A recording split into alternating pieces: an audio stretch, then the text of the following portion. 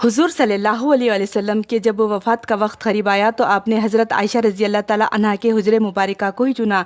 जब मर्ज़ वफ़ात शिद्दत इख्तियार कर चुका और सरवर कायनात इस दार फ़ानी को दाग़ मफ़ारत देने वाले थे तो उम्मुल मोमिनीन हज़रत आयशा रज़ी अल्लाह ताला अन्हा आपके सिरहाने ही बैठी हुई थीं। आप कमज़ोरी के बायस हज़रत आयशा से टेक लगाकर जलवे अफरोज़ थे। इसी असना में हज़रत आयशा के भाई हज़रत अब्दुल रहमान रज़ी अल्लाह ताला अन्हु मिसवाक लिए हुजरे आयशा में दाखिल हुए। हुजूर अकरम ने मिसवाक की तरफ देखा तो हज़रत आयशा मिजाज नबवत से अच्छी तरह आशना तो थी। आप फ़ौरन समझ गईं कि आप मिसवाक करना चाहते हैं। लिहाजा हज़रत आयशा ने अपने भाई से मिसवाक ली और मिसवाक को अपने दांतों से अच्छी तरह नरम करके आपकी खिदमत अक़दस में पेश कर दी।